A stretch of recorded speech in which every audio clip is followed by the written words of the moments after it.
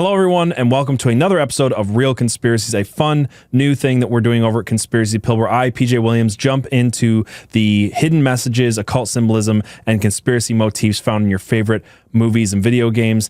And this time, I am once again joined by my friend Thomas, that you guys know as Paranoid American, and we dive into Stanley Kubrick's classic film, The Shining.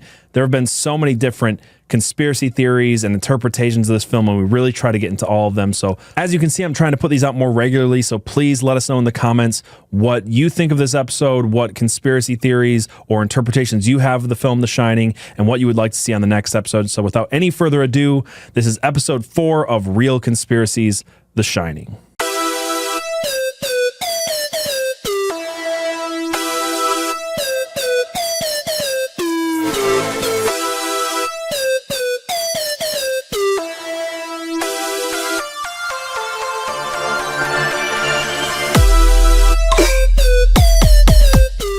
All right, we have Paranoid American joining us again for another Real Conspiracies. This time, we are talking about the movie The Shining, which, Thomas, you told me is one of your favorites, or is just Kubrick is your favorite director? Or?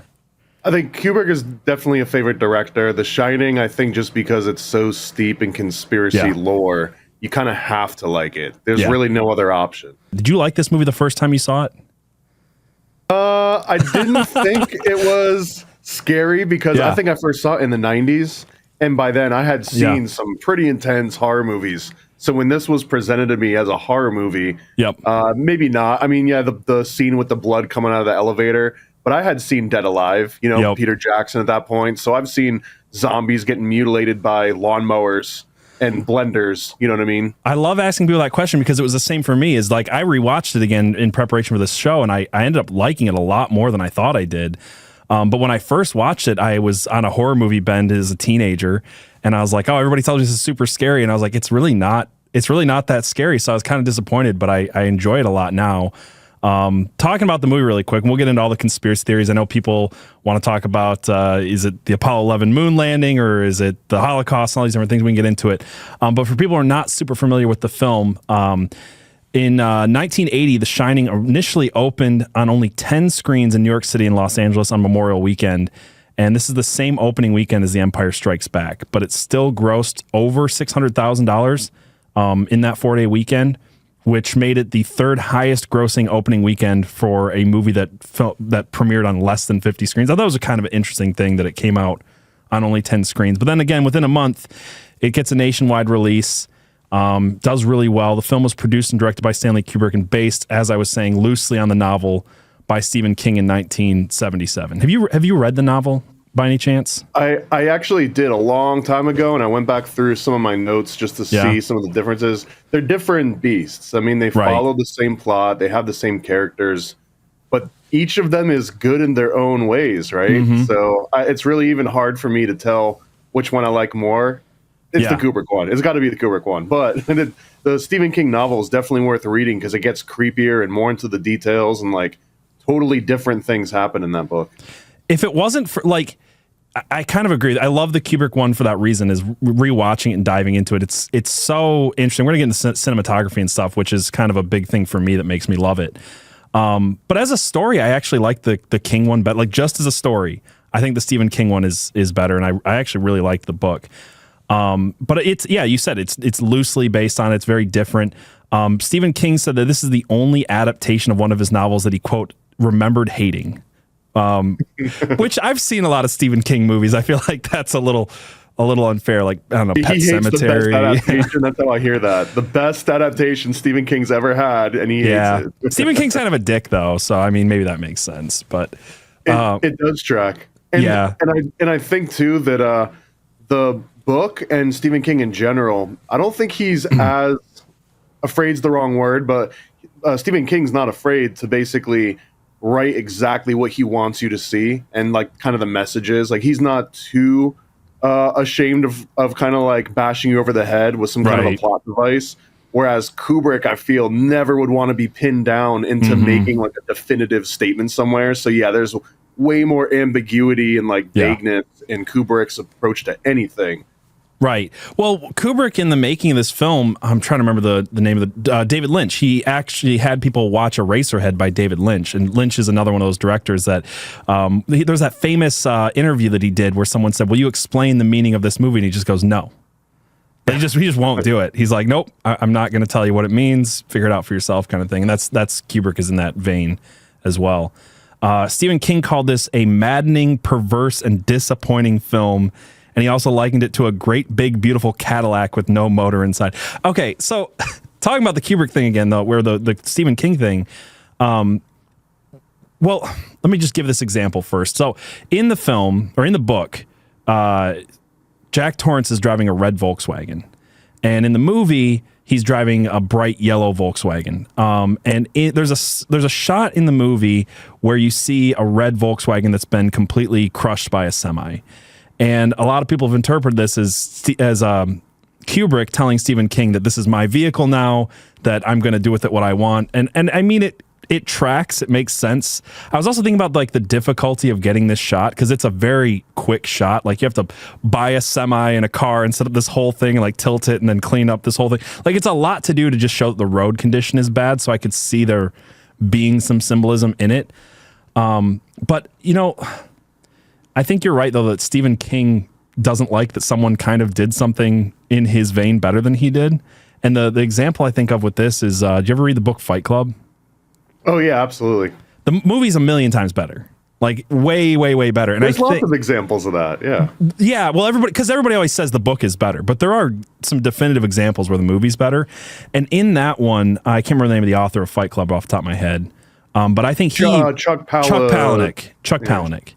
He even said that he liked the movie better than his own book. And I think that Stephen King probably didn't like that people were liking this movie better than his book. But talking about the differences again, like all the major things that people think of with the movie are just not in the book. Like if you had to name like the things that stand out to you or to like a normal person, like what would be like the first thing that you would like point out? Like a memorable scene or image from the movie or something, a plot point. I mean, it's got to be the elevator doors with the blood coming out is like one of the very most iconic. And then the twin girls. Neither one is in the book. The hedge maze isn't in the book. The line "all work and no play" is not in the book. "Here's Johnny's" not in the book. Jack Torrance doesn't get frozen to death at the end of the book. He's lured into a boiler room and blown up.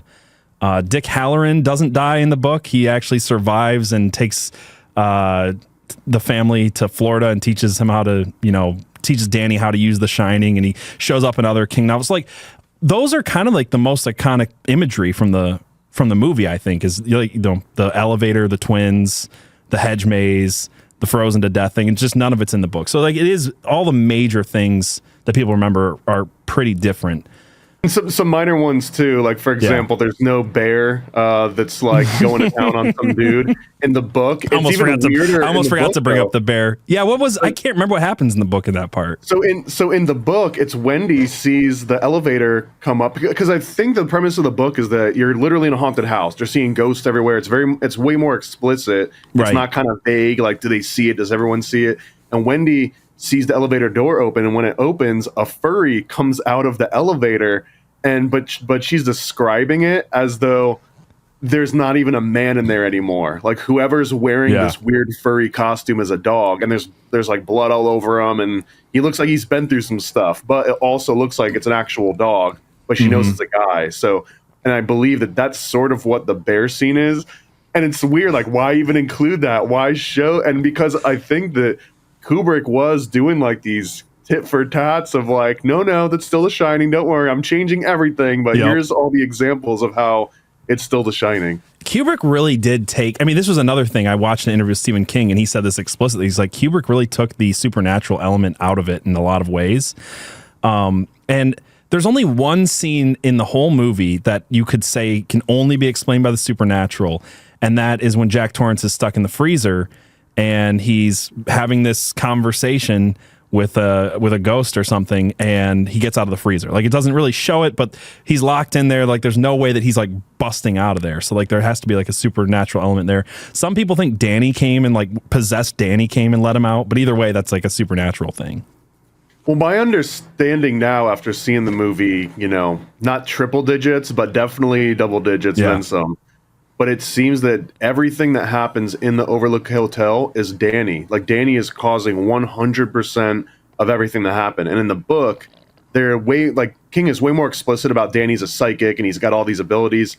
In the movie, you don't necessarily know that. Like, it's definitely in there if you know what you're looking for, right? Mm-hmm. Because they mention that's kind of what The Shining is. Yeah. But you don't really get the idea that Danny's in control of all this. Like, Danny is summoning all these ghosts and he's causing his dad, to go insane. Like, he's making all this stuff happen through his own power. So there's definitely supernatural elements throughout the movie, but you just don't know about them until they're not explicit, right? Yeah, it's real hard to fit. Like, you could watch the whole movie and not realize that Danny's anything other than just a freaked out kid that's forced to live with his dad that's just going crazy in the middle of nowhere, and everything else are just like weird dreams or something. But that's really not what's happening. Danny is literally causing all this to happen, and the only question is whether he's making other people see this stuff or if he's actually manifesting these apparitions in the hotel and all these events, and like they're actually going through it objectively. That is an interesting take on it too, because I didn't actually agree with Stephen King that the movie's not supernatural. It's just Stephen King's really bashes you over the head with it, like you said. He's really explicit about it. The scene with Dick Halloran in the movie, I think he just gets a bad feeling. And he's like, I got to go check on these people. And he calls. In the book, he's literally having psychic conversations with Danny. Like, they're literally talking to each other through their minds. So and he gets more killed because of it, which also kind of shows like, hey, the character that you had is dead. This is a different character now that I've commandeered. Mm-hmm. And I think this is a pretty decent analysis of what Kubrick does in some regards. So hear me out on this one, but almost every war movie that I think I've ever seen, like all the big popular war movies, and maybe I'm just very, superficial or simple-minded, but it seems like a large majority of every war movie I've ever seen, ultimately the movie is about war. Like everything that happens throughout the movie all kind of links to why war is bad or the complications of war. Every single Kubrick movie about war is just like the paintbrush that he happens to be using to tell a completely different story. So if you know that going in, you can almost see like, okay, Kubrick is taking this shell of the Shining book, but he's not going to tell that story. Like, that story's already been told by Stephen King. You can read his book and know it. Kubrick's like, I'm going to use this as my paintbrush, and I'm going to tell an absolutely different story. And that's really where all the weird Room 237 theories come out of, because, like, okay, what story is he trying to tell? Because even if you don't believe in all, like, the weird conspiracy and, like, looking too deep into a movie, there's absolutely no way you could convince me that Stanley Kubrick just picked up a Stephen King novel and was like, I'm just going to reproduce this. I'm just going to make this into a movie. I'll just kind of be standoffish. That's not his thing. Like, he tells a bigger story than the thing that he starts with. Oh, 100%. Like, you don't need, that's what is so interesting about this whole episode is doing this, is like, you can believe it's about the Apollo moon landing, you can believe there's some weird conspiracy stuff to it, but the truth is that nobody can deny is that Stanley Kubrick is telling a different story. And you said his war film, why am I blanking? Full Metal Jacket. The complaint that a lot of people have about Full Metal Jacket is they thought it was a war movie, and it's only like a war movie for like 30 minutes. And he's telling a different story. Is it even about war? They only encounter one person, and it's some chick that takes out their entire squad, essentially. Yeah. And it's questionable if she's even involved in the war. Like, she might have just been some random person that found a gun and was taking out these aggressors. So, yeah, it's anything but a war movie. And, I mean, Dr. Strangelove could be considered a war movie. He's got, like, 2 or 3 other ones, too. Mm-hmm. Yeah. Paths of Glory, and I'm blanking on the other one, but he had another war one. But every single war movie that he had about the war, that was just the backdrop. Yeah, exactly. And another thing that's interesting to point out is, like, if you're a cinephile, if you're really into cinematography, you would look at Kubrick and say that nothing he does is on accident, even if you don't believe the conspiracy stuff, because he's known for, like, his particular compositions on each and every shot, like meticulous stuff. There's tons of interviews and stories about this.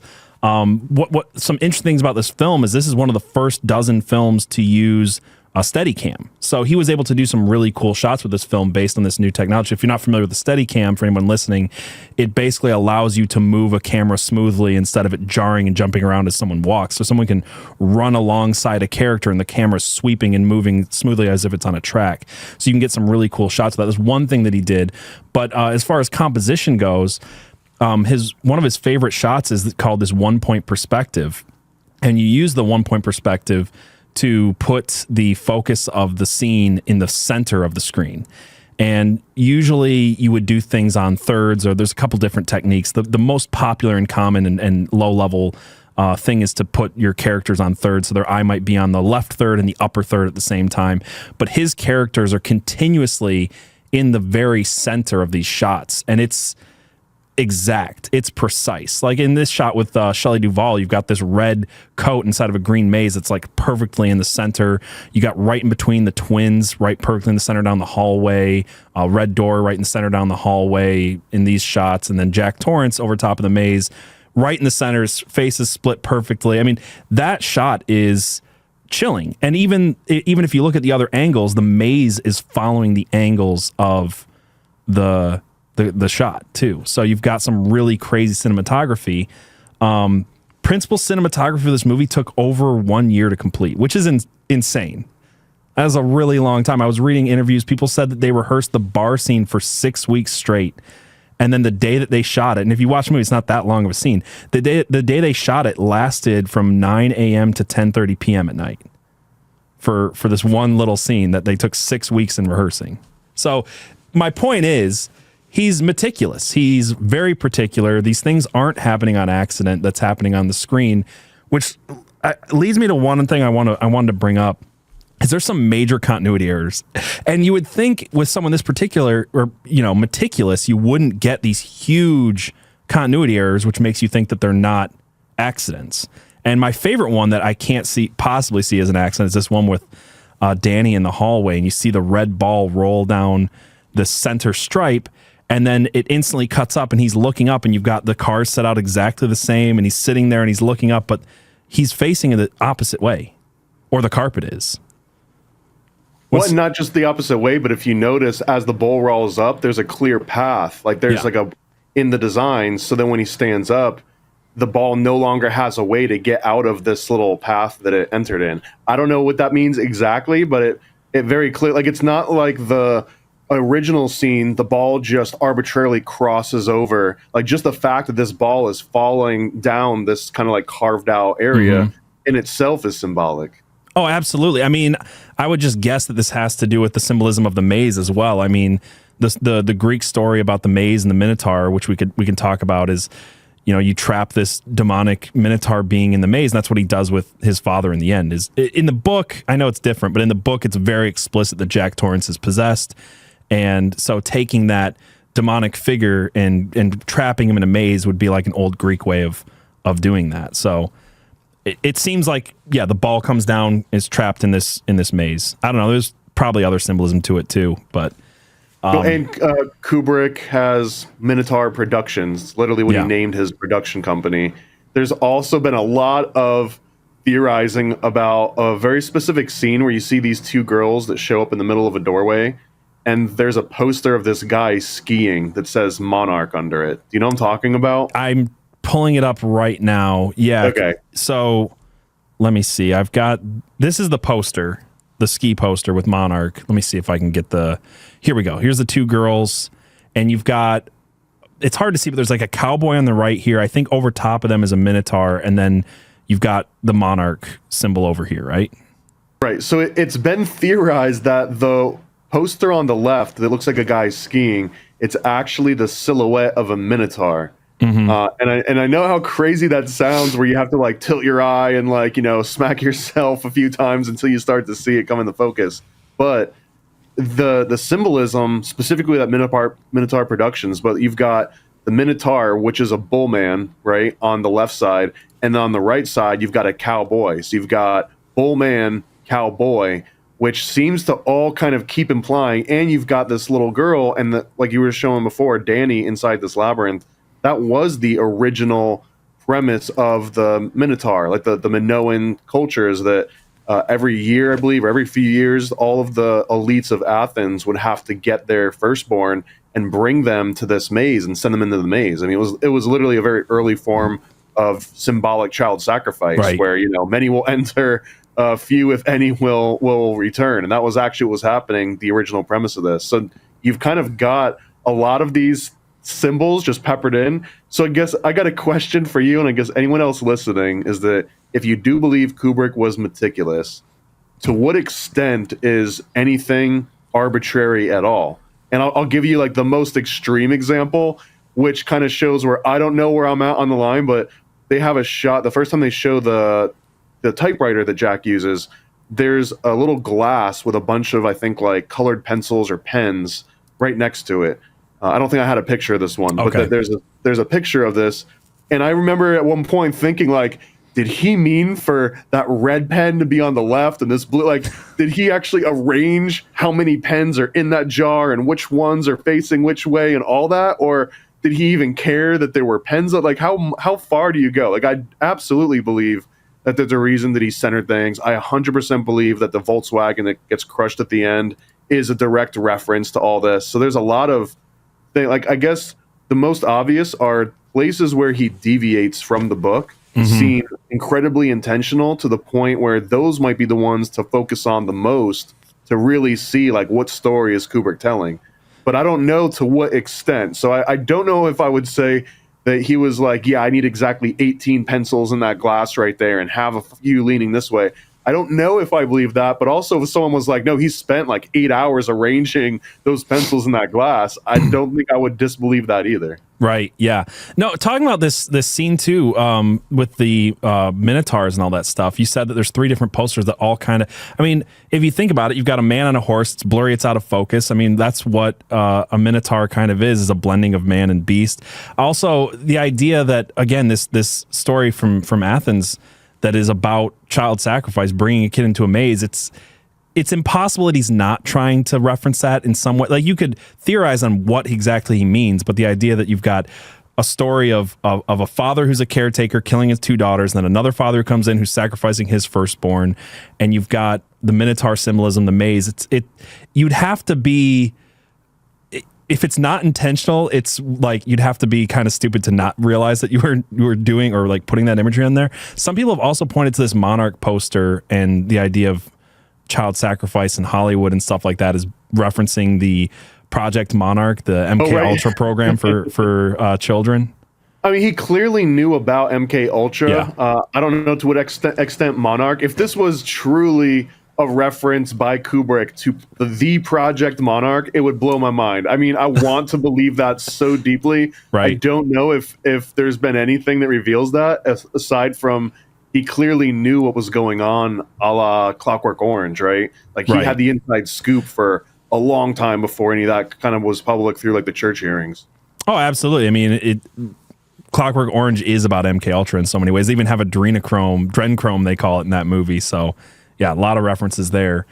One of the other things too, we were talking about continuity errors. We want to bring this other one up or just skip it? It's the Dopey chair? one. The chair. Oh yeah, there's the many. chair. I can bring up the chair really quick. So the chair one is interesting. In this scene, there's a chair behind him, and then it pans to Shelley Duvall, and then back, or not pans, but it cuts to her, and then it cuts back to him, and the chair's missing. I don't know what to make of it. It's just like, it's kind of a big mistake that I don't see you making on accident. So I don't know what that's supposed to mean. I've had this explained to me, and I'm still coming to terms with it myself, but that this is essentially showing you that your POV as the viewer going through the camera, you're the unreliable narrator. So now you're being affected by Danny as well. Like, your mind is starting to miss details or start to see things because of how like you're inside this hotel. So it's really meta in that way. I really believe that's the only explanation that makes sense, other than, oh, you just forgot. And even after they were editing, no one noticed it. And even if they did notice, they were like, just cut it. I don't believe any of that part. I don't buy that part. And that's why I'm so confused on what the chair was. But if you're saying it's to mess with the audience, I could say even if it's like not a meta thing about you being in it, like just making people uneasy by changing the backgrounds around. Like, I could see stuff like that. There's some impossible geography or impossible layouts with the hotel we can talk about. But there's also this one, which This one is even less. I'd be even less convinced this is an accident. You've got this picture of Danny's bedroom, and on it there is a clear sticker of Dopey. And when you see it again, it's all of the exact same everything, just missing Dopey. Right? Did they miss this? And one of the explanations. Well, and then how do you do it though? Do you film it and then go, oh wait, we need to add another sticker, or do you film the one with the sticker and then say, oh, I need to take that off? Like. Or it fell off and nobody noticed because no one's paying attention on a Kubrick film set. Right, right, yeah. Right. And this one, I guess, being explained a little bit is that this represents Danny sort of coming to terms with something. Like this is his enlightenment. Mm-hmm. So as you see the shot and you go into his room, he's currently ignorant. And then they reveal this information to him, and now Dopey's gone. So now he's no longer a dope. That feels like King style over the head. Like we're beating you over the head with this. Yeah, I mean it's as good an explanation as any I've heard, but yeah, it doesn't. I don't think it's an accident, so it's at least a decent explanation that he's growing up or becoming more aware of his surroundings and stuff like that. There's also the TV that has no cord, which also just seems like you have to intentionally have either designed it so you couldn't see the cord in there, or in post they add the image on the TV afterwards. But why is there no cord on the TV? Is that just another oversight? Yeah, I'm trying to find that picture right now. That one, again, it's very intentional that there's not a cord. I'll see if I can find it. I've got so many images pulled up here, so you have to give me a second. But yeah, you're right. The only thing you could do is either rig up a battery where people can't see it, which would be a weird thing to do, or you would have to superimpose the image after, which is probably what they did, but it's still weird that there's no cord there. Some people have linked it to the whole moon landing thing. As in, I'm sorry, I'm still trying to find this picture. Oh, that's one of my favorite ones, is if you truly watch The Shining as the Kubrick story he's telling is about the moon landing, then yeah, almost everything just lines up so damn well. Here it is. Native American one too. Yeah, we can talk about the Native American one. But yeah, here's the TV. It's got no cord running anywhere, but he's watching. Why is there no cord? Yeah. Like, what's the explanation? I think, well, I've heard some people say that this is a reference to that they couldn't have actually beamed the moon landing back to Earth, but people still believe that they were seeing it, live from the moon. And this is like a reference to that. I mean, you can find a lot of moon landing stuff if you look for it. I'm not saying I'm super convinced by that explanation, but it is weird that there's no cord for this TV. And it doesn't have to be just one thing either. I mean, it would be typical Kubrick fashion if this was really him telling like 5 or 6 different stories. Maybe it's everything that the Room 237 documentary claims. Like, that wouldn't be outside of belief for Kubrick. Along that line, let's put the moon landing thing aside for a second, because that actually is something I want to talk about. There's this idea that it is about the genocide of Native Americans. And it's kind of explicit in the movie that it is in some way. Literally there's a line. It's like you're watching Poltergeist. It's like, oh, by the way, this hotel that I'm about to leave you in is built on an ancient Native American burial ground, and it's like it's an explicit line that you would normally put into a horror movie to get people to know what's coming. Be like, okay, now I see what's going to happen. This is haunted. Like it's telling you it's haunted. And then they've got like Indian artwork over the walls. Some people have said that the blood coming up from the elevator is actually coming up from the ground underneath, and that it's basically the blood of the Native Americans that they're over top of. And then there's also the Calumet thing that gets shown in the freezer. But the reason I said it's interesting is because there's an alternative theory that it's about a different Holocaust, that it's about the Holocaust of the Jews in World War II, and that you've got him typing on a German typewriter, that the number 42 keeps coming up, that actually this scene that we were just talking about with the TV is the movie The Summer of 42. The room 327, 3 times 2 times 7 is 42. I saw a picture where 42 different cars are in the parking lot in the opening shot of the Overlook Hotel. There's all these things, and I guess what I'm wondering is, like, if he's telling a story about genocide in general, would it make sense to have imagery of the genocide of the Native Americans and the genocide of the Jews, that it's not an mutually exclusive thing, that it's both stories at once? Yeah, and if he's telling a story about genocide period, and here's the last 2 big ones, and I think that too, The Native American one, it's easy to see in this one. And the Calumet, there's actually a way more in the weeds interpretation. But the very first time you see the Calumet cans, you see one of the cans, and it's like perfectly in view. The entire logo is easily in view.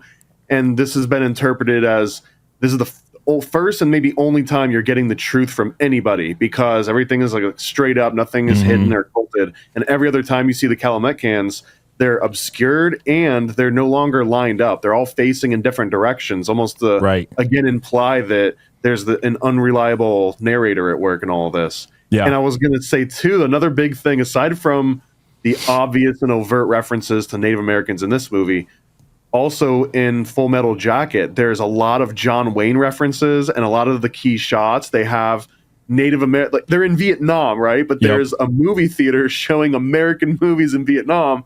So of course Kubrick finds a way to put a cowboy into a bunch of different shots. One of the guys' names is Cowboy in that movie, and that entire movie with all those war scenes, everything in battle-torn Vietnam, that was all shot in England. So they had like built those. It's not like they just came across a John Wayne American movie. You know what I mean? So there was definitely something that Kubrick was trying to tell everyone about Native Americans constantly. So I absolutely think that that's a huge influence in this movie. I can't like if that were the case and it's about, you know, everything. Does that mean that the scene where Danny stands up with the Apollo 11 sweater, is there a way to see that also through the lens of Native American Holocaust, or are these all these different mini stories and he's just doing them all at once? It's a good question. Let's talk about that though, because one of the other things that happens, people point to the freezer a lot, or the pantry, I should say, a lot, and you'll see the Calumet cans, and then you'll also see a bunch of cans of Tang, and people point to the fact that Tang is what astronauts drank on the lunar shuttles, and that might be a reference to that. And then obviously you've got this really explicit picture here of Danny wearing the Apollo 11 sweater. So what do you want to say about the Apollo moon landing thing? This one's hard to get over, because if you also see, I don't think I found a good picture of it, but an aerial shot of Kennedy Space, you know, Port Canaveral, you see an aerial shot of one of the launch pads. It very much looks like this hexagonal shape that they've got on the carpet that he's standing in. And he's literally got all these trucks and stuff lined up like it were a real shuttle launch. So even if you were like, I don't know, you know what I mean? When they show this shot and he's literally like, you don't have to squint for this, right? He literally has Apollo 11, and the way that he stands up is so out of the ordinary, right? Like he's like almost doing an exercise where he slowly rises completely. It's one of those things where you sit Indian style and then you try to stand up like with all, you know, in a way that makes it look like the rocket is actually coming off the launch pad.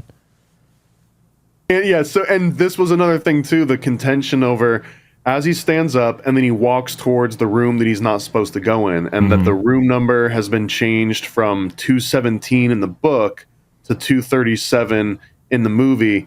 And this is where lots of weird contention comes up. So one of the theories is that the moon was the average mean distance between the Earth and the moon at that time was presumed to be 237,000 miles. And I think with technology, it's actually like 238,400, something like that. I just looked it up and saying it's 238,880, something like that. But it's between 238 and 239. I didn't spend a lot of time looking if old textbooks said 237 or 237. Well, that's the explanation that I've come across the most often, is that at the time this movie was put out, if you were to look conventionally, it was assumed to be 237,000. So you're not going to find it on the internet. You're not going to find it on the internet if that's true. But yeah, it's close enough that I could see it. It's close enough that I could see it back in 1980 being what they said. You'd have to go to like an inner city school in Chicago, and they'll probably still have the textbooks that still say 237,000. Exactly. And then there's also been a lot of conjecture over the shot of the key and the keychain, and that all the letters, if you ignore the weird looking O and the NO for room number, because that one has kind of got like a special decoration on it, that it's supposed to be moon room, or that the letters you can amalgamate to say moon room. Okay, so and there's been a claim that's the only word you can spell, although you can also totally spell the word moron. You could spell moron with it. I will say, even though that one sounded kind of ridiculous to me, when I was watching this, I watched this twice this week. I watched it again last night, and when this came up, I literally instantly read moon instead of room. And maybe it's because like he keeps spelling red rum and you're reading murder backwards. And even though it's backwards, it's more. I know it doesn't make any sense, but it's got the end there. Like my mind instantly read moon when I looked at it. And I'm probably just watching too many documentaries on this and like seeing it now. Maybe or maybe not, man, because there's another claim that when he was working on this movie in particular, that he had read some book about subliminal advertising and actually went to all these advertisement agencies and sat down with them and asked them about all their techniques and basically just got like the full masterclass on subliminal advertising, and then decided to kind of show them like, okay, you know, here you really do it. The book was called Subliminal Seduction. And one of the examples, I think, from like the cover of this book was that they've got these ice cubes, but if you look close enough at the ice cubes, they've used like photoshopping of the day, like analog Photoshop so if you look close enough on the left, the air bubbles is kind of like a woman like doing a pose, and the one on the right is either breast or someone's ass. And okay, this is funny because we just did on Wednesday, we just did the Illuminati card game episode. And when it came to the subliminal messaging card, it showed ice cream that had drizzle, like a chocolate syrup on it, and it spelled out sex. But then there was also a glass of ice cubes that spelled out sex. And I didn't get the reference because it was after that episode that I watched the documentary Room 237 or whatever, and it talked about this. I went, holy shit, that's what Steve Jackson was referencing in the Illuminati card game. He's referencing absolutely, this because subliminal seduction was also almost like a marketing meets pickup artist, but from way before pickup artists even existed. So this book was popular enough that it could easily be the basis for a lot of references that came after. But the point here being is that if he's really into how do I get subliminal messages in here, I'm just going to play with the art form a little bit. That moon room keychain is like prime pickings. You know what I mean? Like that would because look at how much film that he actually gives that stupid little keychain for it to be anything other than just, oh, room 237. Okay, I got it. That's the number. Like there has to be more to it than that because of how often he keeps showing it and the focus that he gives it. I would also say it's interesting that he leaves the key in the door when the idea that it was unlocked supernaturally. Like I kind of agree with this one because again, when I was watching it again last night, my brain instantly read moon on that key card, and I'm like, it does seem like if you were subliminally putting something there, that your brain could go to that. Do the Red Room reference is perfect here, because you've kind of been trained to read words forwards and backwards and jumble the letters a little bit. You have been, because even when he spells red rum, he spells the R forward, and the rest of the letters are pointing backwards. So even though you could put it in a mirror and read murder, the one letter's still messed up. So you're kind of being trained in the movie to jumble letters around to figure out what's going on. So if I've seen a lot of people bring up the subliminal seduction thing. So if that's true, I could see that being kind of a subliminal message in the movie. There's also the twins. People say the twins are like Gemini, the twins, and that this is a reference to the Gemini program from NASA as well. I don't know. And I mean, the Shining one, Danny, the Shining one, that would be Apollo, I would assume, right? And what is Danny doing for most of this movie? But he's riding around on his little chariot the entire time. Yep. Yeah, he is.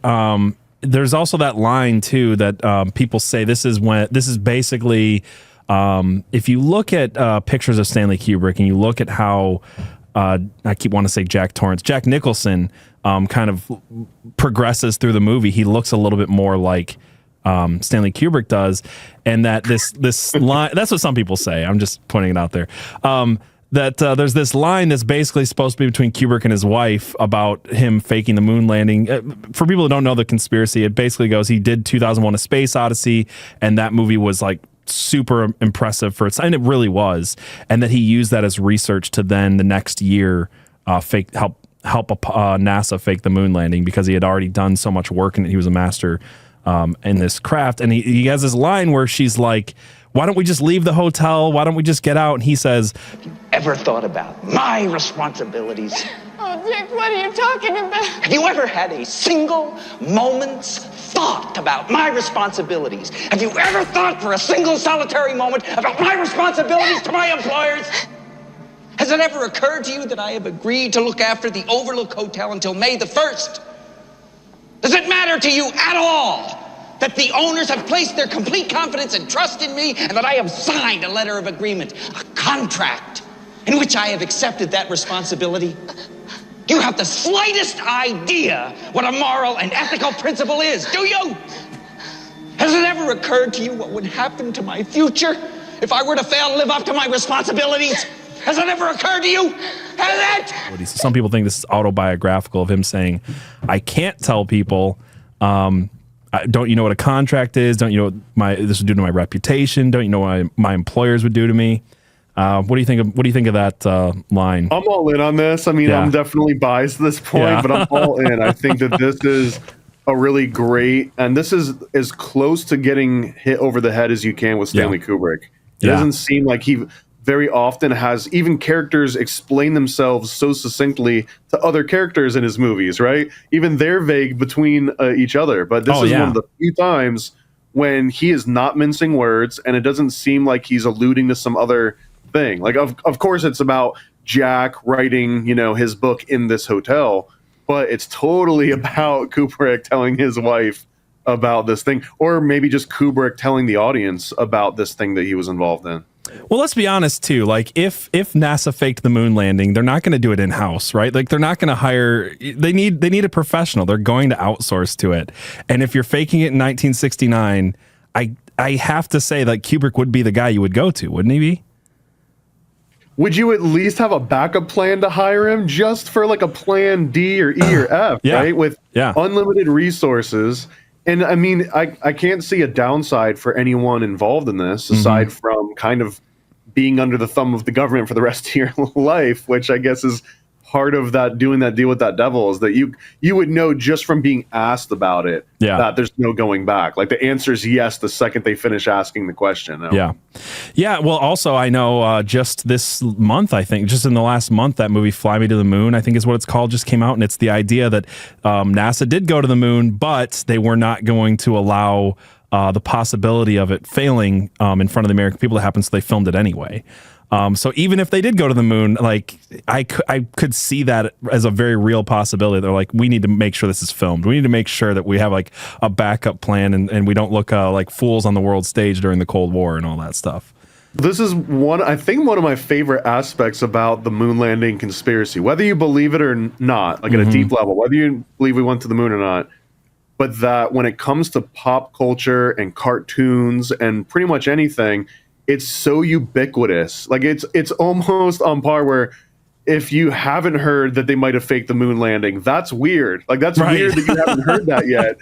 If you've heard that they've gone, because I would almost assume that even in like elementary school or middle school, the first time the teacher brings it up in front of the class, there's going to be some little jerk like me that's probably in the back that's like, I heard we never went. You know what I mean? Like, it'll be there immediately. And anytime it's referenced in like cartoons and stuff, it's almost always a nod to that we didn't go. So part of me is like, is this a weird form of soft disclosure where it's like, well, look, we're not ever going to actually admit that we never went, but we've been kind of telling you, or at least the rest of the world's been just telling you nonstop, so that even if it came out and they were like, guys, you know what? All right, you know what I mean? We didn't go to the moon. There's not going to be a crazy like gasping noise where everyone sucks all the oxygen out of the room, right? It'll be like, yeah, we kind of knew. People make fun of the idea of soft disclosure and revelation of the method and stuff like that, but this is an exact example of how and why it works. Because let's say, arguments aside, let's say we did completely fake it, we never went to the moon, all of that. If it came out tomorrow, who would care? Everybody would do exactly what you said. They'd be like, yeah, I kind of figured. It's like when you're, just old enough that you're questioning whether Santa Claus is real or not. And you start to go like, I'm pretty sure he's not, but my parents keep telling me that he is. And then your dad's like, yeah, Santa Claus isn't real. You're like, okay, well, I kind of figured. I kind of figured at this point. And also, I was just waiting for you to tell me. would it be more shocking to you that we act, and let's give some boundaries on this, so it's not like outright flat Earth is real, right? Let's just say that we have gone to the moon, but we didn't have the technology in order to have like a problem-free stream there. So we had a backup, and we showed the backup asterisk that we really still went there, but the footage was fake. Let's just go on that premise for sake of argument, right? It almost sounds crazy to have not had that backup, but also, would it shock you more that we didn't actually go to or that the footage was fake, or would it shock you more that the government was actually admitting to a conspiracy that it had contrived? Yeah, it would shock me more that they admitted it by far. Like at this point, like an order of magnitude farther, right? Yeah, I'm different than a lot of people. I still mostly believe that we went to the moon, but I don't think that footage is real. Like that's kind of where I'm at. I think we're on the same page on that. I get called out as a shill constantly, I do too. For more than just that reason. But I think that we've been there, and I guess the main reason is at minimum, I think that they had a plan to film it, and whether or not that footage was real, they filmed something. That's kind of my thoughts. I would be incredibly disappointed in my country if we didn't have a backup plan to fake the moon landing. Yeah. No, I agree with that. For sure. Let's see. We were talking earlier about the hotel being kind of impossible. And I want to ask you if you think this is just like a cinematography thing, or if you think that there's some meaning to the fact that there's some weird things going on. So the main one that comes up is The Office, that he first has his interview in. There's a lady in the Room 237 documentary, and she watched the movie, and there's some pretty convincing stuff when you watch the long shots and someone traced it out on a map, that you're seeing things that are impossible. There's a few shots even where you'll see them walk into a room, then come back out of that room and it's different, like it's Scooby-Doo or something. You know what I mean? Like the whole Scooby-Doo thing, like you're opening doors and people are coming out all over the place. And this is another, like, is it continuity error on purpose or accidental? Yeah, so like this is the office that people have mapped out, and they're like, this is in the center of the hotel. But you have a window here, and this window has sunlight coming through. Do you think that's just like have some fluorescent lights on that are battling with the sunlight? Like there's no reason for those lights to be on and that bright in this scene too. So like there's so many things about this room that make absolutely no sense. Look at all of the plants inside the room. There's a lot of going on in this one. It's weird. Yeah, like I'm thinking about lighting, you know, for people who don't understand movie lighting, you've got two types of light. You got blue light and you got yellow light. And outside light is blue light, and inside light is, you know, light bulb light is generally yellow light. And you've got all kinds of LED lights now that can mimic anything, but like it is weird to have that big fluorescent light above a window when you're talking about lighting a scene. It's kind of odd. Or even just in a room that you like actually worked out of. Yeah. Like, let's say that you're in this room right now. You've got the window open. The sunlight is pouring in. Yeah. Usually you don't also need the fluorescent lighting overhead to be like how close the I don't know. It's just a weird setup to exist. Even if you were to accept that we're looking at a photograph inside the real world somewhere, even then it's like makes even less sense. Yeah. Yeah, so I guess my question is, do you think this is just he wanted the shot to have a window in it and he didn't care that it didn't match the layout of the hotel? Or is there like, I don't know what else to make of it other than that. No, again, I think that kind of like the same thing if you use the deviations from King's novel as a guideline of like, okay, these are the places. Also, all these weird scripts, you know, continuity issues, and this room in particular, I think this is a way of saying, hey, there's something out of the ordinary going on here without having to explicitly say, and it's this exactly. And this scene I've kind of seen explained as this represents the negotiation that he originally has with the government. So if Jack Torrance is Stanley Kubrick, this is Kubrick making the deal with the NSA or whoever else it ends up being. And the guy that he's talking to is kind of just a figurehead. I've heard it jokingly referred to, he's like JFK because he kind of has like the haircut going on. Yep. But the other guy that's in the room that kind of has like a less jovial sort of complexion, he also has weird continuity issues where his tie, I think, like the stripes on his shirt and his pants alternate in the exact same scene as he's standing there. Which again, that happens enough in this movie that it's not on accident. Here's that scene, by the way, where you're right, his tie and his pants change.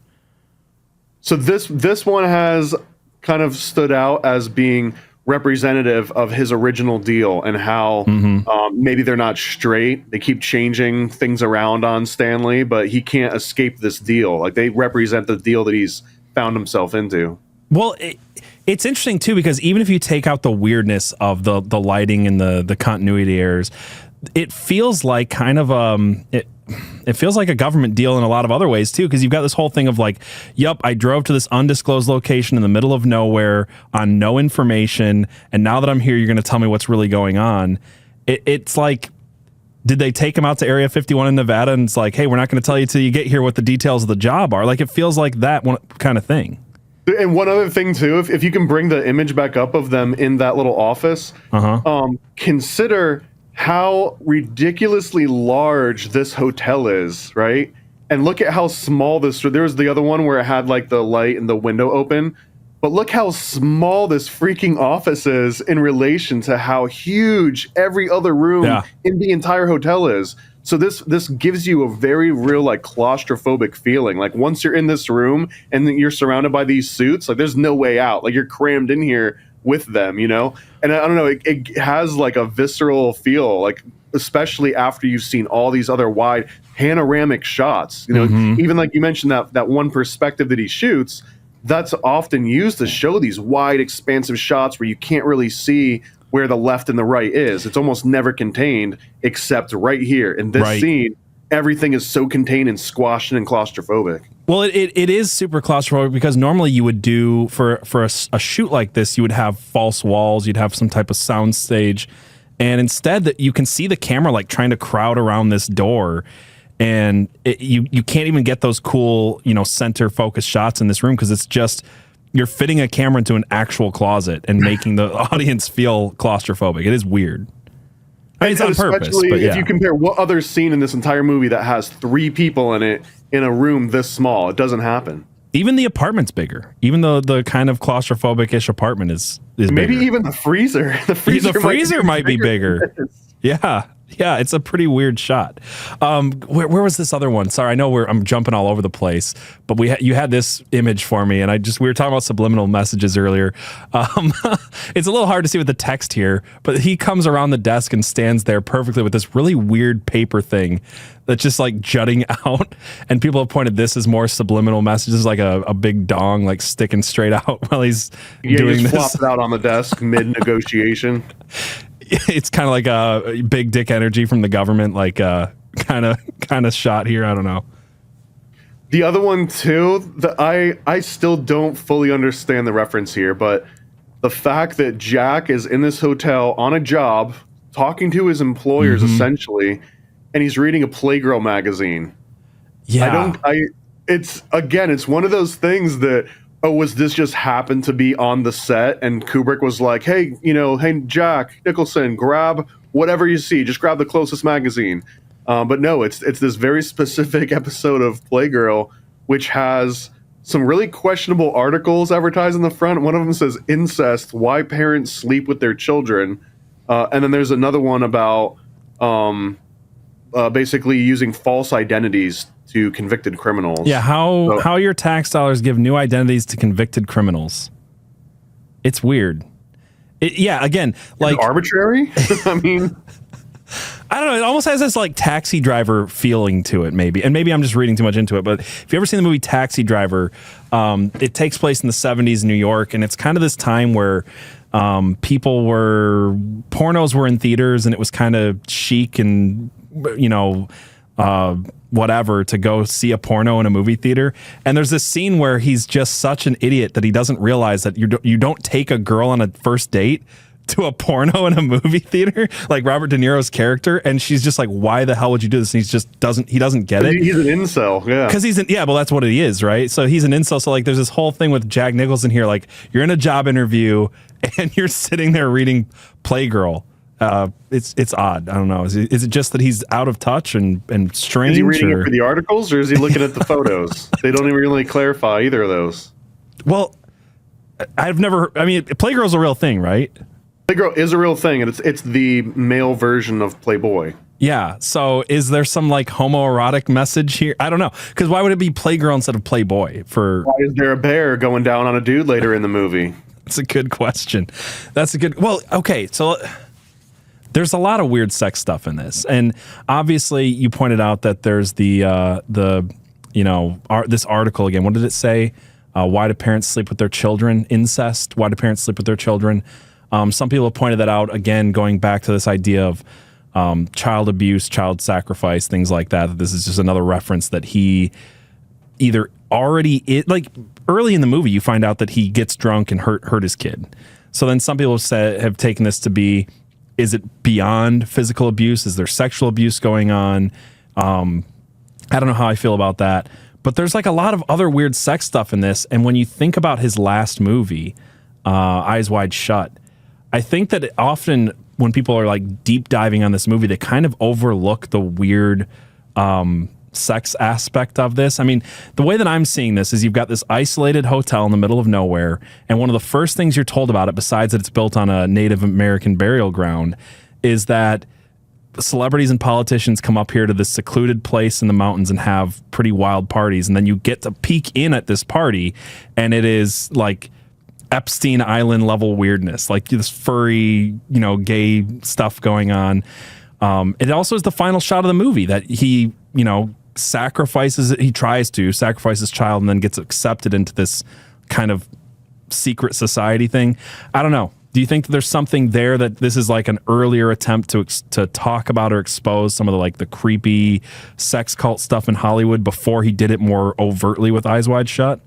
Maybe that, yes, and it might have also been like a nod to Stephen King in some way, because Stephen King books definitely have a constant theme of like sexual child abuse, like in many of them. That's a good point. It's a really specific one, but many, like it's not just a handful of them. Yeah. So I think that this might have also been like, this is Jack reading this Playgirl. Maybe that's supposed to be, Stephen King reading the Playgirl. I don't know. It's really hard to figure out where all the different lines go, but it almost seems that he would have to, if he's doing any little jabs, if he intentionally crushed that Volkswagen as a little bit of like a screw you, Stephen King, you know what I mean? I also feel that he would probably throw some weird sex stuff in here too, for the exact same vein. It could be. I mean, honestly, that's one of the problems I have with Stephen King books is there's at least one of them I read that I put down and just was like, I'm never reading this, because I couldn't read it and not think the person who wrote this has to be a pedophile. It had to be it. No, it wasn't even it. I've never actually read that one. Well, so like that one, I know what in it. It has a child orgy in it, so I know that. This was the Dark Tower, because for me it was that the main character this meets a boy in the middle of nowhere, and he, for like paragraph after paragraph, he's going on about how beautiful this 8-year-old boy is, and it's not normal. It's like, and I had already known what happened in it, and I'm like, maybe Stephen King is a pedophile, and I don't want to read this book. It was a little too weird for me. But every one of his books I've read, there's a lot of weird child sexual abuse narratives pretty strong in those books. So there's another thought that I guess is worth at least mentioning, and that's was Stanley Kubrick disclosing as like a fighter for the people. Like here he is, this harbinger of truth that's trying to reveal all the secrets of the masters, or was he just a propagandist that got rich off of the movies that he made and possibly on the dime of the government? Like, did he get rich off of taxpayer money?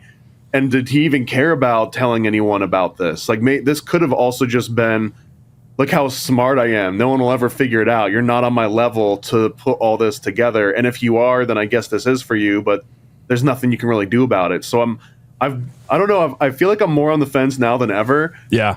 As like, I don't know if I see Stanley Kubrick wearing like the Superman outfit and he's like, I'm gonna, I'm gonna tell everyone about all these horrible things. It feels very self-referential on a lot of this stuff. I agree, because you've got movies like Lolita and things like that where it's like, I'm not actually sure that people have made heroes out of people that I'm not sure that they should, and in that way the narrative has been for a long time that Kubrick was trying to expose these people, they killed him for trying to expose these people, but it seems like for decades he was kind of making references to this is just the type of things that happen in Hollywood and happen in the government, and I'm not sure I get I'm trying to expose it as much as this is the world I see and I'm depicting it on film. I mean, he never outright came out and was like, "Hey, right. I've got evidence that'll lead to the arrest of Hillary Clinton." Right? Yeah. Yeah, I don't know.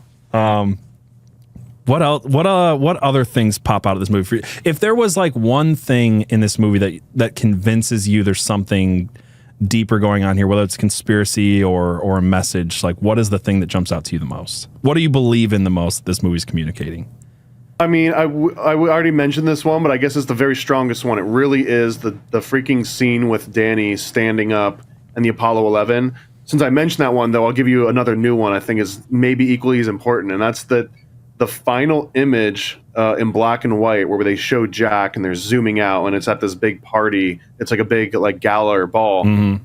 And from the research that I've done, it seems that the actual original photo that they superimposed Jack into was a lot of original members of the Federal Reserve, including Woodrow Wilson and other cabinet members, so that Stanley Kubrick might have also been baking in some sort of anti-IRS, anti-Federal Reserve message in this movie, because he was, I don't know famously, but he was documentedly pro-gold and sort of anti-fiat currency. Like he was that's another reason too why people look at Kubrick as being, maybe like a hero of some kind, is because he agreed with a lot of conspiracy theory rhetoric, even at that time, about not deviating from the gold standard and everything. So I feel like, again, that can't just be arbitrary, where he was like, oh, we just grabbed this random photo and it just happened to be Federal Reserve related. We'll just keep using it. We're giving a date too, right? We're giving 1921. So you've got, this is around the formation of the Federal Reserve and things like that.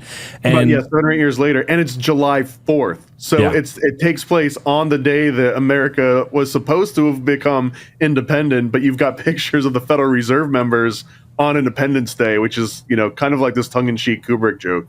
No, I mean, I believe that because, again, like, you've got the references that there's some type of government officials that they're talking about here, some type of, celebrities and politicians, and I think they even say royalty in that line. And it's just, the question is who. So if you're taking it back to 1921 and it relates to the Federal Reserve, I didn't know that about that picture. That's interesting. But talking about that picture, though, there's this other, I'm trying to remember the name of the guy. Maybe you can help me out with this. There's a guy who said this movie really needs to be watched forward and backwards. And then he did this superimposition where basically you take the movie forward, you play it, you take the movie backward and play it, and then you superimpose the image over top of the other image. And this, I don't know how much I buy this as intentional, because that would take a level of intent on every single shot that seems insane. But there are some shots that come out of it that are weird. Dude, there's other ones too that are even weirder than the forwards and backwards one. And that, if I can remember the guy that put it together, but there's another guy that played the movie, and I'm gonna get the number wrong. I want to say like every 23 minutes and 7 seconds, or every 20 minutes or something, you'll hit play again, and you keep doing that a few different times, and even those ones line up and have all these synchronistic sort of connections to each other. I don't really know how much to look at. This gets into that range too of did he say to put 18 pens in that glass and to arrange them in this way? I don't know if he did that or not, but also his perspective shots that you were showing, I think those lend themselves so well to being superimposed into other shots. Yeah. So it definitely wouldn't seem like something that Kubrick never would have thought of, to take a little, clip of film from one scene and another one and just kind of look at them. In fact, he would walk around on the set just with the lens. He had a special thing made to attach an eyepiece to the camera lens so that he could just walk around and imagine that he was filming everywhere that he went. So, it does seem like he would have been like, man, it would be cool if this could superimpose on this, and just shot everything so that in theory it's kind of happening in a non-linear sort of like a quantum physics filmmaking way. Yeah, so I've got a couple of these here. This one is from the opening scene with the end scene, and you've got the road. This one, three things line up perfectly. You've got Jack Nicholson's name coming up. You've got Jack Nicholson in the photograph that we were talking about at the end of the movie, and then the car with Jack Nicholson, all lining up in the very center at the same time if you're playing them forwards and backwards. There's a brief scene where those three things kind of line up, which is, it's interesting at very least. I know a lot of people will bookend stuff, so and he likes to put things in the center of the screen, so there may be an explanation for that. Then you've got people talk about Wendy and the twins, that they're kind of her ghosts. Like everybody's kind of got something that relates to them, and these are the ones that maybe she's seeing. What do you think about the whole connection between Wendy and the twins? Because in this scene, you're seeing her overlapped on top of the twins in an interesting way. I actually think there's a lot deeper stuff to this, and I've been working on a comic with my friend David Charles Plate that I do weekly shows with on Sing Tank, and we've come up with this whole way of describing Tetragrammaton, right? The ineffable name of God, essentially, but that the four characters, they break down into this like father, mother, son, daughter sort of way, and we've kind of been showing how that is. It's Jack and Wendy and Danny and the twins. And even in Tetragrammaton, the children are twins. Like that's actually how they are represented. And there's like a whole equation on how it all works. I don't want to derail us entirely into that. But I absolutely think that there's a very real link where Wendy's represented by these twins that are tortured. Like they literally die, right? Like they get mutilated. And Wendy is sort of going through this really traumatic process as the victim in many of these cases. Even Danny, if you go with the idea that Danny's causing all this to happen, he can't really be the victim. He might have been pre this movie when you're talking to him when Jack got drunk and maybe hit him or did something worse. But yeah, Wendy and the twins are kind of one and the same. And that they're sort of showing Jack and Danny as like they link up somehow as like the male versus the female energy in some way. Yeah. But I think like Wendy and the twins might as well be one and the same in this case. Yeah. I've got a really unhinged thought here because we've been doing, we just talked about the Illuminati card game. We talked about some other artists lately. And the idea that we've kind of, that I've been talking about lately, at least, is the idea of the muses, right? That there are artists who are constantly confused by the meaning of their own work because they seem to be reaching into the ether. We've talked about the Akashic Records. We've talked about, supernatural influences and stuff like that. And I saw this shot, this superimposed shot of Jack Nicholson with the twins dead in the hallway. And are you familiar with Paul Stobbs? You talked to him yet? Paul Stobbs. This is the Nephilim clown guy. I haven't talked to him, but I'm familiar with his work. Love this guy. He's a great guy. So I know a lot of people really like Paul Stobbs and like the episode we did with him.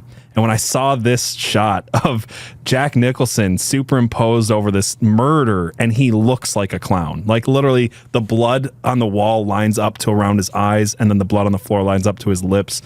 And it gives him this, I mean, he would later play the Joker, which is even more interesting. This is like a red nose. In the red nose, it's got everything to give him this clown imagery. This is again playing the movie forward and backward at the same time, superimposed.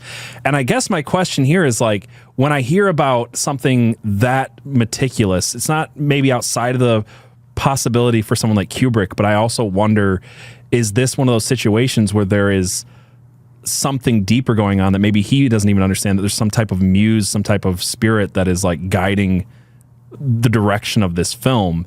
And it's interesting too, because in a lot of ways, talking about demons and minotaurs and trapped in mazes, like the way that the 237 documentary ends is with these people. And some of them sound kind of crazy because they just watched this movie thousands and thousands of times and they're looking for everything or whatever, right?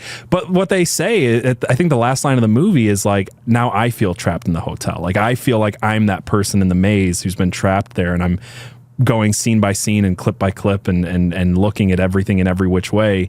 I don't know where I was going with that, but it just, like, to me, this feels like maybe there's some imagery here, that there's a muse here that's like directing Stanley Kubrick in ways maybe he doesn't understand. There was an essay that was written in like 1967, I think, by this French philosopher named Roland Barthes or something, and it was called The Death of the Author. And in this particular essay, he makes a really compelling case that death of an author, and that when you write a book or you write a thing, you might have an idea of what all the symbolism was and all the metaphors that you put into it, and like, what is this book really about? And they put it out there. But then when someone else reads it and they convey completely different meaning, they're like, oh my God, this is about the moon landing. Oh my God, this is about the Holocaust. That isn't invalid. Just because you didn't put it in there doesn't mean that it isn't still about the Holocaust. You just didn't realize it as you were writing it. And that gets into even more surreal, sort of cerebral thinking of like, well, did the Akashic records force it that way? Are people just looking at it through their own lenses? And again, the premise of Death of an Author is it doesn't matter. Like if it's there, it's there.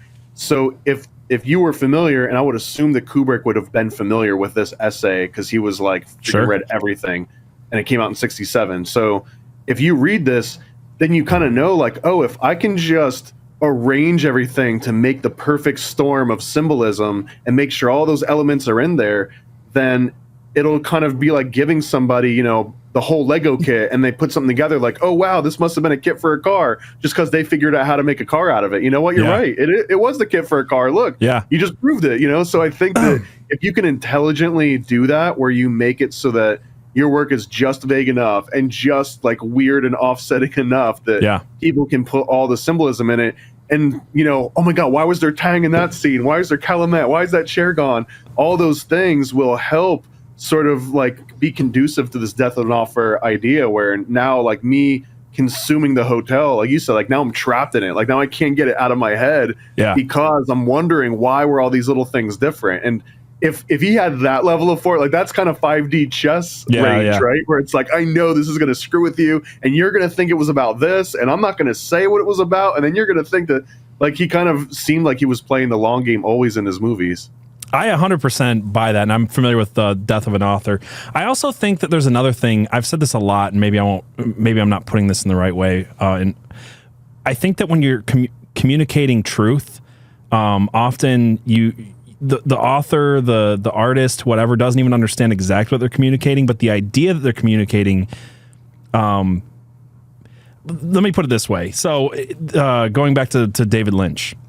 David Lynch is not an author. David Lynch is not a guy who can write dialogue. He's not a guy who's going to write a book and the book is going to make sense, but he's a guy who can look at an image and know that there's something there that touches him in his soul, that speaks to a part of his personality, and he uses symbolism and he uses imagery and he uses all of that to tell a story in a way that he literally couldn't do on paper. He's talked about this himself. He's like, I'm bad with words, I'm great with images. And I think when you are communicating a story or a truth or whatever, that sometimes the author or the artist doesn't even understand what they're saying, but that somebody else will get it in a way that they're like, you kind of feel like brain locked, you know, like I don't know how to say what I'm trying to say. I don't know how to communicate the thing I'm trying to communicate. So I'm going to put it into imagery. I'm going to put it into a picture. I'm going to take a shot and it's going to have all these things in it. And it says something to me that I haven't been able to figure out what it's saying to me yet. And then someone else interprets it later and they might be right. I don't want to go off on a tangent about another movie right now, but that's my opinion of Fight Club. I know we talked about it earlier, but I think that Fight Club has a very clear message in it. And I don't think that anyone who worked on the movie had that idea that that was the message. And I've read a lot of things about it. And no one's ever talked about that, but it seems apparent. It seems readily apparent because they were just telling a story that had true things. And that's why art now that like is all propaganda and like all like trying to put like tranny space witches in every scene. Like they're not communicating any kind of truth because they're warping reality instead of depicting reality. And if you depict reality, even supernatural reality, even symbolic reality, it's going to have truth in it somewhere for somebody to find. I think parents and teachers probably are pretty familiar with this dynamic too, where like a kid will be explaining something that likely they get what the pattern recognition is, and they're describing them recognizing this pattern without even knowing what the hell they're describing. And then you as either a teacher or a parent, you're just like, oh yeah, that's like what you're describing is actually this thing that we've got a name for. And I think that, and this goes off on a little bit of a tangent. It goes to like a deep philosophical viewpoint, I guess, of the whole world. But it's almost that concept of like no one's ever had an original thought, and you're just kind of putting together things. And what we're good at doing is classifying things and naming them and categorizing them.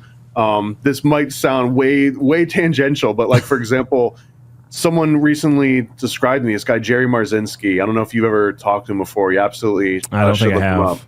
Okay. So Jerry Marzinski, he's got this theory that he's been fleshing out that schizophrenia is caused by actual demons, like some kind of literal demons. And he didn't come from like a biblical approach on this. But anyways, the thing that he had brought up was that the DSM which outlines every sort of mental disorder, you know, in the world.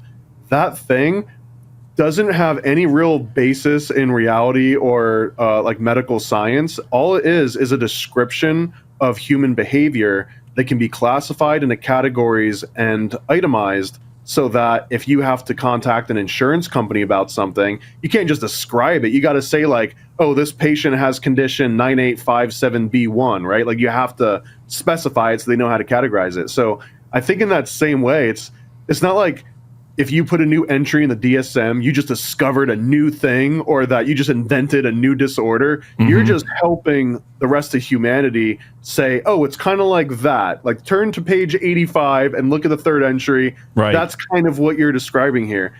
And I think that that's sort of what we do too, where like we describe patterns over and over again. And until someone's like, oh yeah, that has an official name, here's the official name, then you're always going to be in that situation. So like, that's kind of where the death of an author, I think, maybe comes up, where you write something or you're a little kid explaining something to an adult and you've hit on the exact, like some like fundamental truth that can't get any more refined or purified. And you're just trying to figure out a way. You're like the 8 blind dudes feeling the elephant. You're like, yeah, it's got this and that. And then someone comes along like, oh yeah, what you're describing is an elephant. You know what I mean? Right. So, and it's not like that person now put some new meaning onto it. They just had a more specific lens, and then if there's agreement, but I think that's kind of where we're at on all this. So that, yeah, the meaning is in there because maybe in this case, Kubrick, like he inherently was conveying some ultimate truths that didn't necessarily need to be defined somewhere in a book with an official name in order for any of that to be true. Right. No, I 100% agree with that. I think that was a great example with the DSM. It's just here's a bunch of symptoms. Here's a name for that specific group of symptoms, but it doesn't explain how it's caused, where it comes from. Right. Yeah, exactly. Yeah, no, that's really good. I know you've got some projects that you wanted to shout out, and I want to get to that. Was there anything else in this movie that you really wanted to dive into? Because again, I know that there's 500 million different ways to look at it, and I think that's part of the fun of it. And I hope that people are watching this would give us their own interpretations, theories, things like that in the comments, because there's a lot of ways to look at it. But is there anything that I'm missing that you really wanted to get to? Not really. I have kind of like 3, I guess, parting ideas, if I can keep them all in mind as I get through the third one, see if I remember all 3 of them. One of it is truly like search deep within yourself and think, would Kubrick just take a Stephen King novel and just recreate it and say, there it is, I made a Stephen King novel into a horror movie and I changed some things and then just walked away from it? Or would there have to be something way deeper than that? I think that's a question that you should probably ask yourself before you're watching this. Mm-hmm. The second one on that same vein is, how arbitrary do you think Kubrick gets? Knowing that, like, as you mentioned, they planned out one scene that lasts, maybe 5 minutes total runtime for 6 months, and then they shot it for 15 hours or something like that. Yeah. So how much, with that in mind, do you think is arbitrary? And I would concede that there has to be some level of being arbitrary. Like he couldn't control every little, like if a fly goes by in the background in a shot or a piece of dust falls, like at least to that level, he couldn't have planned that out, could he? But if you do, just ask yourself, where's that line? How much do you think that he's making sure the cans are facing certain ways? Did he put Tang in that room for a reason? All that. Mm-hmm. And then I guess the third one is, if you go back and you watch all the places where it deviates from the original book. So, for example, there's no maze in the book. The animals come to life in like this kind of garden. But yeah, they're hedge animals essentially. There's no hedge maze. There's hedge animals. The hedge animals come to life, which would have been interesting too in its own right. But the actual labyrinth, could that be a reference to Minotaur? Why did he have the Minotaur production company? Like, why are all these things lining up? And then the biggest one really is, why was there the yellow Volkswagen crushed under that big semi at the very end? Because as you noted, it's not like maybe this is the case, but it seems unlikely that as they're shooting this movie, they're like, oh wow, look, there's a semi that crushed a Volkswagen that happened. Like, let's just get this in the shot. Obviously, it's not what happened. They coordinated that whole thing to be together. So, yes, ask yourself, how much is arbitrary? And then maybe you take it to the next level and you say that the color of the Volkswagen in the movie is from like 1973 and it's Saturn yellow. And maybe that means that there's a reference to Saturnalian stuff in it and Satan. I've heard that argument as well. So like maybe it goes that deep. Who knows? Oh, I did think of one last detail from the movie we didn't get to cover. It's one of my favorite ones. Sure. And that's the typewriter. I don't know how much to go into this, but they show two distinctly different typewriters. Like the color of the case itself kind of changes. I'm not really sure what that might allude to. But the other one is that the all work and no play on this specific typewriter model, the 1 and the L, I believe, are somewhat interchangeable, but they have like different characteristics.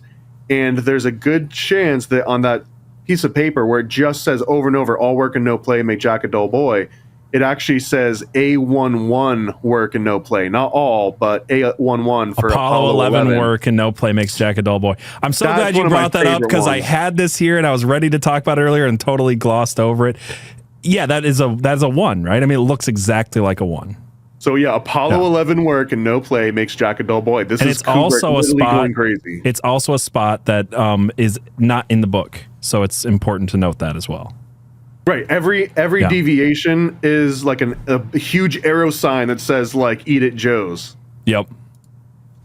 Exactly. No, I love it, man. So I know you've got some projects going on. Some Kickstarters. Where do we want to? Well, let's just start with this one right here. We've got the Never a Straight Answer NASA, a 40-page comic book. So if you guys are listening to this, watching this, I'm going to include the links for all of these Kickstarters and everything down below. This one goes to August 15th, and I want you to explain it, but I like that there's a video here. Do you mind if I just actually play this video real quick? Please. Let's check this out. Ready for a cosmic conspiracy about Stanley Kubrick, moon landings, and the CIA? Go visit nasacomic.com. nasacomic.com, CIA's biggest con. Stanley Kubrick put us on, that's why we're singing this song. I'm nasacomic.com. Go visit nasacomic.com. Go visit nasacomic.com.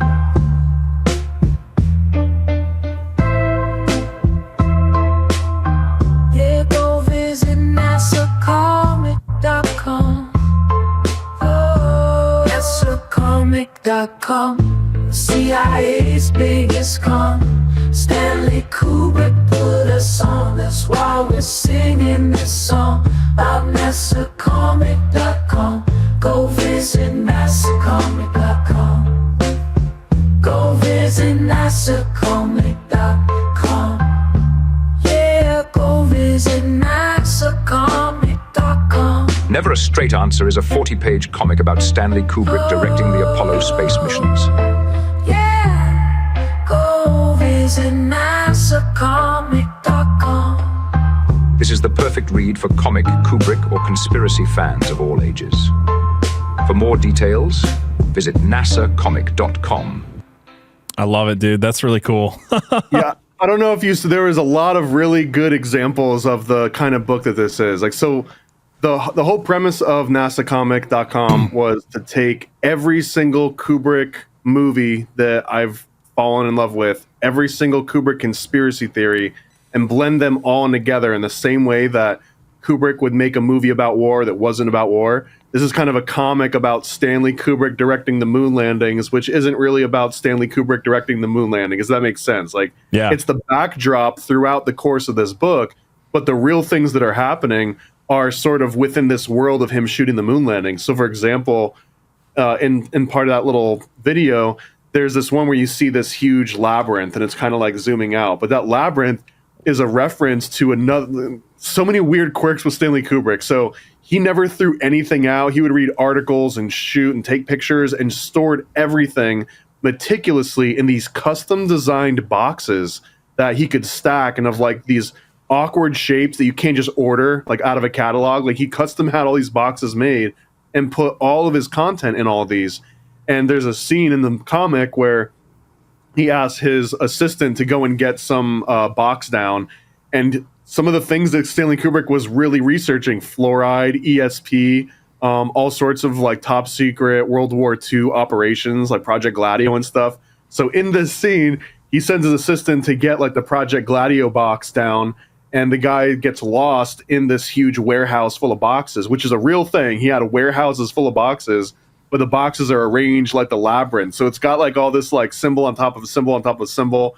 There's one where he's shooting the moon landing and the financiers come in, and the financiers are all dressed up in weird costumes because they just came from the Rothschild Surreal Dinner Ball, which is the same place that Kubrick shot Eyes Wide Shut and was presumably about that same sort of thing. Mm-hmm. But they come in and they're like, yeah, we just want to see where all our money is going. And he happens to be in the middle of shooting a monolith shot. And the government's there like, what the hell's this? And he's like, don't worry, I'm just going to shoot it. We won't use it.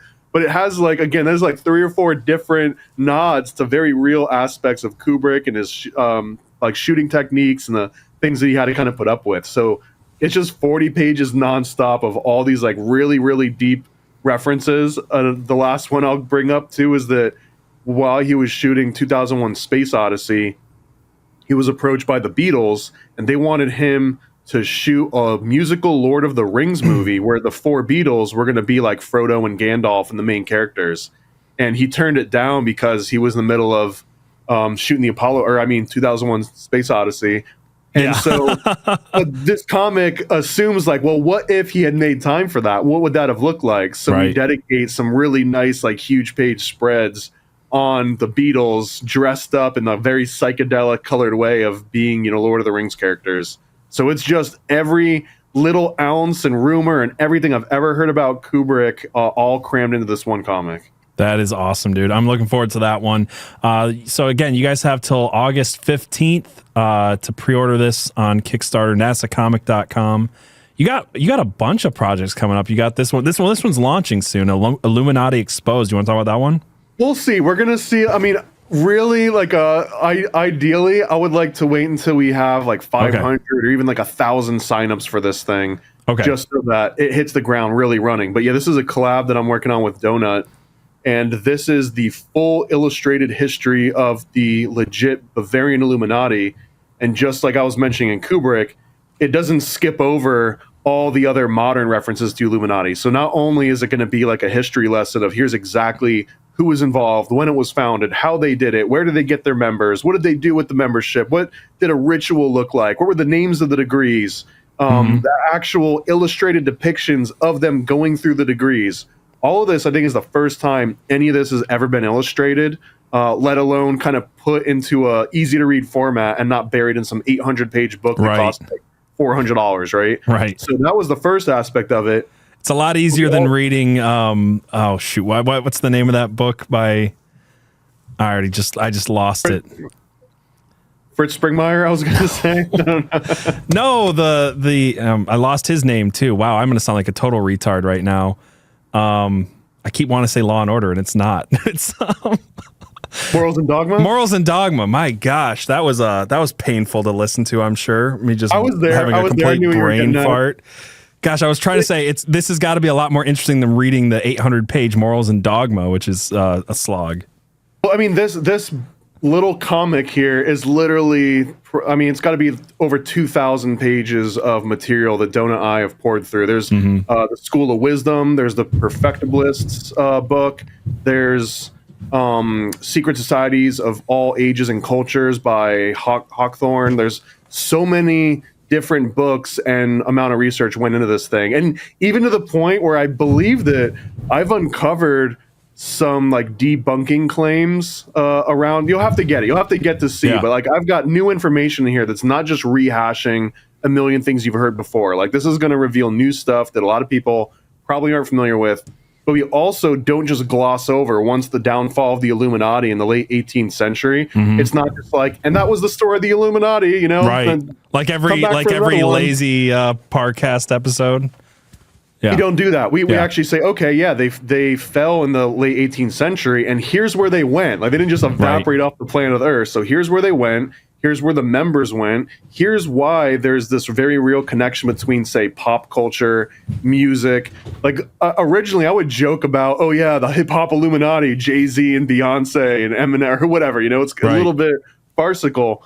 But man, doing the research for this thing, and I was constantly thinking, like, I have to look this up. There's no way that these things are real. That Beethoven Mozart, Bach, so many other of these people were literally sponsored and financed by the Illuminati. Like Bach grew up, one of the younger Bachs grew up among just nothing but exclusively Illuminati members. So the Illuminati very clearly had full control over the pop music industry, even in the 18th century. So now when people joke about, oh, Jay-Z, Illuminati, right? I have to do a double think. I have to think like, wait a minute, man, they literally did control Beethoven, Bach, and Mozart. Right. And in fact, there's been rumors that Mozart got off because he was revealing Masonic and Illuminati secrets in the Magic Flute and other plays. So there's a lot of meat there. So yeah, not only do we talk about the history, but we talk about Beyonce and Jay-Z and Wu-Tang and Bach and Beethoven. We get into all sorts of the different connections between academia and science. So it's all in here. And what I hope is the most comprehensive Illuminati comic ever, but also one that basically illustrates really cool visions that no one else has really illustrated in any of these books we've read. Awesome. I'm looking forward to this one a lot, dude. For sure. And then let's see, you got two more. We got you can go to IlluminatiComic.com. IlluminatiComic.com. This one, they're all named pretty simply. This one's TitanicComic.com. And this just the same way. This indexes every single Titanic conspiracy theory I've ever come across, even the weird, outlandish ones involving like gold smelting. Yep. Which actually makes a little bit of sense that they had to go to the coldest place out in the Arctic to kind of keep up with the amount of gold they were melting down in order to then finance the Federal Reserve, which just kind of coincidentally all happens. Mm-hmm. There's references here to J.P. Morgan's connections to other Jekyll Island Hunt Club members and that they had the forewarning, kind of like people that didn't get on the planes on 9/11, right? Yeah, like there's a lot of people that didn't miraculously get on the Titanic right before. So, and again, that's more like I don't think I've ever seen in anyone else's book these direct connections between Morgan and his Jekyll Island Hunt Club members. Mm-hmm. And then the only reason I even knew about that is because I've also written books on the Jekyll Island Hunt Club. So I'm deep in the trenches on all this stuff. So yeah, the Titanic one indexes all those. DoesBigfootExist.com. Hey, guess what this one's about? It's about every damn Bigfoot theory that I've ever heard. Interdimensional Bigfoot, historical Bigfoot, Bigfoot as the Nephilim, Mormon Bigfoot, Bigfoot as Cain, homeless Bigfoot. Are you familiar with this one? Hold on. I got to back you up really quick, though. I have a hard time believing in Mormon Bigfoot for one reason. If there was a Mormon Bigfoot, he would have came to my door when I lived out west. And okay, he would have knocked and told me about the wonders of Joseph Smith. It's hard for me to believe in the Mormon Bigfoot a little bit. Well, okay, so to be particular with language, it's not Bigfoot I'm just messing with Mormon. You. Yeah. No, I lived in California. Every different iteration. I lived in California back when Mormonism was like really popping in Southern California, and it was at least once a week we got a knock on our door. So I was just joking. And yeah, pro tip, never answer the door, even if it's just to say no. They write your name down as a person that opened the door, and they never stop coming. I learned that the hard way at the last house I lived at. Yep. So anyway, sorry, back to Bigfoot. I wasn't trying to derail you too much. Yeah, this one, unfortunately, I couldn't get BigfootComic.com. That one was taken in like the late 90s. So DoesBigfootExist.com. And this is one that I've been working on with my co-host on Reality Czars, Nate. And we've also had a handful of people that sort of gave us some really good feedback on like what I would consider like the Bigfoot authorities that are living today. So we've got the feedback from most of the heavy hitter Bigfoot guys to make sure that we didn't skip over any little claim or any important name, date, or fact about Bigfoot. So again, the goal is to be the most definitive Bigfoot comic ever created with all these cool little historical facts that will get you caught up to speed. Awesome, dude. I love it. So guys, go and support all of these things. You can click the little thing that says notify me when they launch. I think 3 of them are about to launch, but the one that's going on right now is nasacomic.com. So go pick that up. Follow Paranoid American everywhere you can. Twitter, Rumble, YouTube, Instagram, all that good stuff. Anything else you want to plug before we head off? You can follow me on TikTok, but I can't follow you back because I've been banned for 10 years. At least it was a temporary ban. Yeah, I've been temporarily banned for 10 years on TikTok. I've never seen that. I've had multiple TikToks taken down. I know tons. I've never once seen someone get a temporary 10-year ban on TikTok. And did you do? Get more context on it. It was for a harmful speech violation, but they won't say exactly which one it was. Which is crazy though, because I was treating TikTok with the utmost kid glove care, and the things that I was getting hit on is I've got the very first of those little pamphlets you were showing. The first one was about MK Ultra, and you can see it at mkultracomic.com. You know, surprise! I got the somethingcomic.com for all these. But the MK Ultra, I basically took a bunch of the single individual panels and I animated them, and I just added some VO, like, you know, me reading what the panel was about. And then if there was like a guy that was getting hypnotized, I might animate the little watch kind of like drifting left and right. Maybe spirals were swirling, but it was just a red version with an animation of that comic. Nothing salacious, no claims being made that aren't absolutely backed up by government documentation. And every one of those that I uploaded TikTok as short all kept coming down, and I still don't understand it, because it's like, look, if you're China, don't you want me to tell other Americans about how horrible the American government is? This is a conspiracy theory for another time, but I am not convinced that the Huawei that owns it or whatever, is that what it's called? Doesn't matter. The China version that came to the US is controlled by the CIA to some degree, and that's why I've noticed with TikTok is you can criticize most things outside of anything that talks about 9/11 or the CIA or I guess MK Ultra would fall into that category. Funny thing though, the day that you got a 10-year, I think it was the same day that you got a temporary 10-year ban, I had a video taken down. I appealed it and got put right back up. I've never ever in my life had that happen. I was like, I appeal everything because why not? But I was shocked. I was like, I didn't know that was a possibility. So, yeah. Well, I'm steadily appealing. TikTok has got problems too, because I can still log in and I can still like access my account, and I get this little message. It's like, you can appeal this once and never again. And I appealed it, and they were like, no, we're right and you're wrong. But the freaking appeal button never disabled. So I've just been going in like every other day and just appealing it again and again and again. Might as well. So I think the moral of the story is that Stanley Kubrick faked the moon landing, and that you need to follow Paranoid American on TikTok. That's what I took away from this whole thing. Thanks for joining me again, dude. This was fun. Yeah, thank you, man. I love decoded movies. This is like one of my favorite things. Yeah, I'm going to try to do these more, so we'll have to do some of these together again in the future. This has been... Gummo is next, right? Say what? Gummo? You've seen Gummo? No, what's Gummo? Oh my God, I don't even want to spoil it. All right, don't spoil it. I'm going to watch Gummo tonight or something. I'm going to have to look. G-U-M-O? G-U-M-M-O. G-U-M-M-O. Yeah, God help you. You're not... Yeah, this is going to make less sense than any Kubrick movie you've ever seen. All right, that was episode 4 of Real Conspiracies, The Shining. Let us know what you think in the comments and what you would like to see on next episode of Real Conspiracies. And don't forget to check out Conspiracy Pilled every Wednesday night at 7 p.m. Eastern Standard Time. Also, all the links to Paranoid American are in the description, so go follow and support him.